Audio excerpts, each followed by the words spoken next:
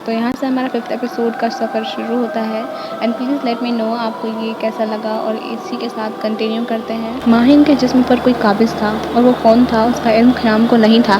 یہ جو کوئی بھی ہے بہت طاقتور ہے، لیکن یہ طاقت، یہ زعم، یہ غصہ اس آگ کی پیداوار ہے جسے اللہ نے اپنی بارگاہ سے نکال دیا تھا۔ وہ تکبر، وہ نخوت، وہ انا جو اللہ کے مقابل جسارت کی مرتکب ہوئی انسانوں کے ساتھ اپنی ازلی دشمنی کا اظہار کرتی رہی اور کرتی رہے گی۔ ہم آدم کے بچے ہیں، اس متکبر کا مقابلہ عاجزی سے کریں گے۔ ہم اللہ سے التجا کریں گے کہ وہ ہماری مدد فرمائے، کیونکہ وہی ہمارا آخری اور حتمی سہارا ہے۔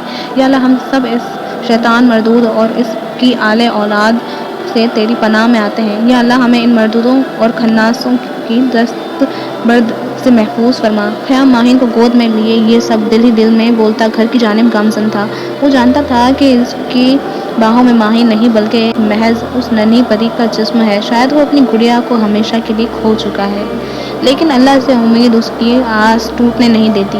مرشد نے کچھ تعویذ دیے اور بتایا کہ ان میں سے ہر تعویذ کو گھر کے استقبالی دروازے کے علاوہ تمام کمروں میں لٹکا دیا جائے۔ امید ہے اللہ پاک کرم فرمائیں گے۔ لیکن خیام، مسئلہ یہ ہے کہ تم اور تمہاری بیوی نمازوں کی پابند نہیں ہو، اور میں تمہیں کچھ مزید باتیں بھی بتانا چاہتا ہوں جس کے لیے تنہائی ضروری ہے۔ مرشد خیام کو اندر کمرے میں لے گئے اور دروازہ بند کر دیا۔ خیام، تم طہارت کا خیال نہیں رکھتے۔ اگر تمہیں ان آفات سے خود کو محفوظ رکھنا ہے تو تمہیں اور تمہاری بیوی کو طہارت کا خیال رکھنا پڑے گا۔ اس دنیا میں صرف 3 جہتی مخلوقات نہیں ہیں، یا وہ جنہیں تم محسوسات کی مدد سے سمجھ سکو۔ جان لو کہ تمہارے ارد گرد بہت کچھ ایسا ہے جسے تم ابھی تک ظاہری آنکھ سے دیکھنے کے قابل نہیں ہوئے۔ آسان بات یہ ہے کہ تم دونوں اس گھر میں اس وقت تک طہارت کا خصوصی اہتمام رکھو جب تک راہ نجات واضح نہیں ہوتی، اور تاعمر اس نصیحت پر عمل کے لیے خود کو تیار کرو۔ عابد شاہ بول رہے تھے اور خیام چپ چاپ ان کی باتیں سن رہا تھا۔ باطنی طہارت تو انسان کو کمال عطا کرتی ہے، لیکن بدنی طہارت اس پڑاؤ کا پہلا قدم ہے۔ خیام، میں تمہیں وظائف بتاتا ہوں جن کا روزانہ ورد تمہیں ان شیاطین سے محفوظ رکھے گا۔ تمہیں اس مخلوق کا خود مقابلہ کرنا پڑے گا۔ خیام، مرشد نے خیام کے کندھے پر اپنا ہاتھ رکھتے ہوئے اسے تسلی دی اور بتایا کہ وہ اسے اس مصیبت سے نکالنے میں مکمل معاونت فراہم کریں گے۔ قبرستان سے واپس لانے کے بعد سے وہ مسلسل بے ہوش تھی۔ خیام اب اس کے سر کے پاس بیٹھا قرآن پاک کی تلاوت کر رہا تھا۔ اس کی امی تسبیح پڑھ رہی تھی کہ اچانک ماہین نے آنکھیں کھول دی۔ جیسے ہی وہ ہوش میں آئی اس کی آنکھوں کی سیاہ پتلیاں سکڑ گئیں، گویا وہ تیز روشنی میں گھری ہو۔ ماہین کے نرخرے سے یوں آواز برآمد ہونے لگی جیسے جانور ذبح کرتے وقت نکلتی ہے، لیکن دور سے ماہین کے رونے کی آواز بھی آ رہی تھی اور عجیب سی کھرکھراہٹ بھی سنائی دے رہی تھی۔ نیلم نے ماہین کو سینے سے لگا لیا۔ وہ اپنی بچی کی تکلیف پر بے چینی کی شدت کے باعث اس کے چہرے کو بے تابی سے چوم رہی تھی۔ اچانک ماہین نے نیلم کو دھکا دیا اور چوپائی کی طرح کھڑی ہو گئی، جانور کی طرح۔ اللہ اکبر! خیام کی آواز بلند تھی اور وہ سورۃ الاخلاص اور آیت الکرسی کا ورد کر رہا تھا، لیکن ماہین پر اس کا کوئی اثر نہیں ہو رہا تھا۔ طہارت، ہاں کچھ گڑبڑ ہے جو میں کر رہا ہوں۔ خیام سر پکڑ کر بیٹھ گیا۔ مجھے تمہیں باقی بچوں سمیت گنسفر کے گھر بھیجنا چاہیے۔ خیام نے نیلم سے یہ کہا تو اس نے رو رو کر اپنی حالت خراب کر لی۔ میں کیسے چلی جاؤں خیام؟ کسی کا کیا بگاڑا ہے ہم نے؟ کیوں ہو رہا ہے ہمارے ساتھ یہ سب؟ نیلم چلائی۔ سب ٹھیک ہو جائے گا انشاءاللہ، اللہ پر بھروسہ رکھو۔ تم جاؤ گنسفر کے ساتھ۔ خیام، جو اس دوران گنسفر کو اپنے خیالات پر آگاہ کر چکا تھا، نیلم سے بولا، تم جاؤ اور پولیس کی گاڑی لے جاؤ۔ ٹھیک ہے خیام، میں بھابھی اور بچوں کو اپنے گھر چھوڑ کر جلدی واپس آنے کی کوشش کروں گا۔ گنسفر خیام کو اکیلا نہیں چھوڑنا چاہتا تھا۔ ٹھیک ہے، ابھی نکلو جلدی سے، شاباش! اس سے پہلے کہ باقی بچوں کے ساتھ کچھ غلط ہو جائے، تم نکلو غزنی۔ غزنی بچوں اور نیلم کو ساتھ لے کر اپنے گھر کی جانب روانہ ہو گیا۔ خیام اور ماہین کو شیاطین کے بیچ ایک اندیکھی جنگ لڑنے کے لیے، جہاں دشمن پوشیدہ مگر مقابل معصوم تھا۔ ماہین کو خیام نے خضر کی مدد سے باندھ دیا تھا۔ خضر وہیں تھا، گھر کے آنگن میں، جسے سب فراموش کر گئے شاید۔ خیام نے ماہین کے سینے پر قرآن پاک رکھ کر اس کے منہ میں آب زمزم ڈال دیا۔ یہ مقدس پانی عابد شاہ جاتے ہوئے خیام کو تھما گئے تھے۔ ماہین آب زمزم حلق میں جاتے ہی تھک کر بے ہوش ہو گئی۔ خیام رو رو کر اللہ سے اس سب کا حل مانگ رہا تھا۔ وہ جاننا چاہتا تھا کہ یہ سب کیوں ہو رہا ہے اس کی پھول سی بچی کے ساتھ۔ ہم نے کسی کا کیا بگاڑا ہے؟ خیام چلایا، کون ہو تم اور کیا چاہتے ہو ہم سے؟ کیا بگاڑا ہے ہم نے تمہارا؟ خدا کے لیے چھوڑ دو میری معصوم کا پیچھا۔ ہم یہ گھر چھوڑ کر چلے جائیں گے۔ خیام اپنے گدے اپنی ماہین کو، اپنی چھوٹی سی بچی کو گلے لگا کر رو رہا تھا۔ ماہین نے اچانک آنکھیں کھول دی۔ خیام ابھی تک رو رہا تھا۔ ماہین بولنے کی کوشش کر رہی تھی مگر اس کے منہ سے سوائے کھڑکھڑاہٹ کے کچھ نہیں نکل رہا تھا۔ وہ رو رہی تھی مگر اس کی آواز کہیں دور دب چکی تھی۔ قاتل پاپا، قاتل پاپا۔ ماہین کی آواز آ تو رہی تھی مگر یوں جیسے کوئی کنویں کی گہرائی سے بول رہی ہو۔ کون ہے قاتل؟ خیام ماہین کو گود میں لیے اس سے پوچھنے لگا۔ بیٹا بولو، قاتل کون ہے اور کس کا قتل ہوا ہے؟ میرے بچے بول کچھ۔ خیام کی حالت غیر ہو رہی تھی۔ پاپا پاپا، قاتل پاپا۔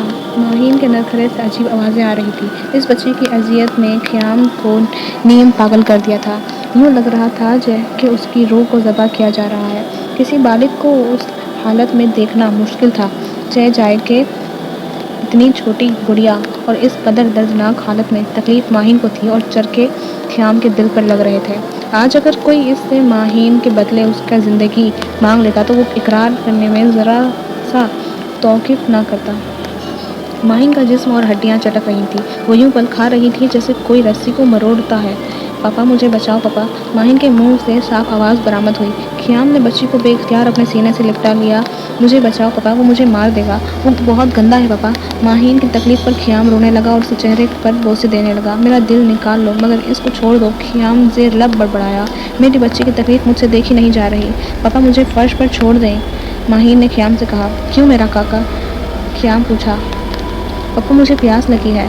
ماہین کی بات سن کر خیام نے قریب رکھا شیشے کا جگ اٹھایا اور اسے شیشے کے گلاس میں پانی انڈیل کر ماہین کو پلایا۔ پاپا گلاس مجھے دے دیں۔ ماہین خیام سے گلاس لیتے ہی کھینچ کر اس کے سر پر دے مارا۔ ماہین نے گلاس اس شدت سے خیام کے سر پر مارا تھا کہ گلاس کرچی کرچی ہو کر بکھر گیا اور خیام کے سر سے خون رسنے لگا۔ خضر تو ڈر کے مارے ایک طرف دبکا یہ تمام منظر دیکھ رہا تھا۔ اس نے آگے بڑھ کر خیام کو سنبھالنا چاہا مگر ماہین نے پاس پڑا شیشے کا جگ اٹھا کر اس کے سر پر کھینچ کر مارا۔ کمرے سے نکل کر دوڑ لگا دی۔ آپ نے ہمیں کہاں پھنسا دیا غزنی بھائی؟ اس سے تو ہم رینٹ کے گھر میں اچھے تھے۔ اللہ پاک میری بچی پر اپنا کرم فرما۔ پتہ نہیں میری بچی کس حال میں ہوگی۔ نیلم پریشانی میں ہاتھ کی تلیاں مسل رہی تھی۔ میں خود پریشان ہوں بھابھی۔ کیا خیام کے بچے میرے بچے نہیں ہیں؟ غزنی روحانسا ہو کر بولا۔ کہاں پھنسا دیا ہے؟ وہ بڑبڑا رہا تھا۔ مجھے کیا پتا تھا کہ اس گھر میں اس طرح کی آفات ہیں؟ باخدا اگر پتہ ہوتا تو بہن میں کسی کو بھی ایسے گھر میں داخل ہونے نہ دیتا، چہ جائے کہ اپنے بھائیوں اور اپنے بچوں کو ایسی منحوس جگہ دلواتا۔ گنج پر شرمندگی اور خفت میں بولے جا رہا تھا۔ جو ہونا تھا ہو چکا، اب ہونے کو کون ٹال سکتا ہے؟ لیکن آگے جو ہونے والا ہے اس کو روکنا ضروری ہے، مگر کون ہوگا جو اس سب کو روکنے میں ہماری مدد کرے گا؟ مسئلہ اب یہ ہے کہ اس مشکل سے باہر کیسے نکلا جائے۔ اے پاک پروردگار مدد فرما، اپنے حبیب کے صدقے مدد فرما۔ گنج نے روتے روتے آسمان کی جانب نگاہیں اٹھائی۔ مولوی ہارون صاحب نے اپنے شاگرد کے ہاتھ خیام کے لیے ایک چٹھی بھیجی تھی۔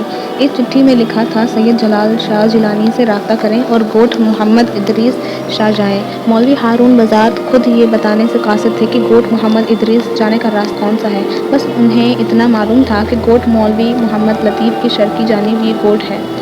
سید جلال شاہ کی ظاہری شباہت بارے میں مولوی ہارون کچھ بتانے سے قاصر تھے۔ میں نے انہیں نظر بھر کر نہیں دیکھا ہوا، رنگ ان کا گندمی ہے غالباً یا سانولا ہے۔ سچ تو یہ ہے کہ میں نے انہیں کبھی نظر اٹھا کر نہیں دیکھا۔ عابد حسین شاہ کے دیے ہوئے تعویذ کا اثر تھا کہ ماہین گھر سے باہر نکل نہیں پائی۔ وہ اسی گھر میں چوپائی کی طرح گھوم رہی تھی۔ خیام کے سر سے اچھا خاصا خون نکل گیا تھا اور وہ فرش پر لیٹا اپنا سر سہلا رہا تھا۔ خضر کے سر کی پچھلی جانب گہری چوٹ آئی تھی جس باعث وہ بے ہوش ہو چکا تھا۔ خیام نے اس کے سر پر پٹی کر دی اور ایمرجنسی کو کال ملا رہا تھا مگر نمبر ڈائل نہیں ہو رہا تھا۔ خیام نے خضر کو بستر پر لٹایا اور ماہین کی تلاش میں کمرے سے باہر نکل گیا۔ ماہین کو ڈھونڈتے ہوئے خیام کچن کی طرف نکل آیا جہاں سے اسے بے ہنگم انداز سے کچھ کھانے کی آواز آ رہی تھی، گویا کوئی جانور کچا گوشت چبا رہا ہو۔ خیام نے جیسے ہی کچن میں جھانکا تو اس کے ہوش اڑ گئے۔ ماہین ایک مری ہوئی بلی کی لاش بھنبوڑ رہی تھی۔ ماہین کا منہ، گال اور ناک بلی کے خون سے لتھڑے ہوئے تھے اور بلی کے آنتیں چبا رہی تھی۔ خیام کو یہ منظر دیکھ کر کیف ہو گئی۔ اس نے ماہین کے ہاتھ سے مردہ بلی چھین کر لان کے باہر پھینک دی۔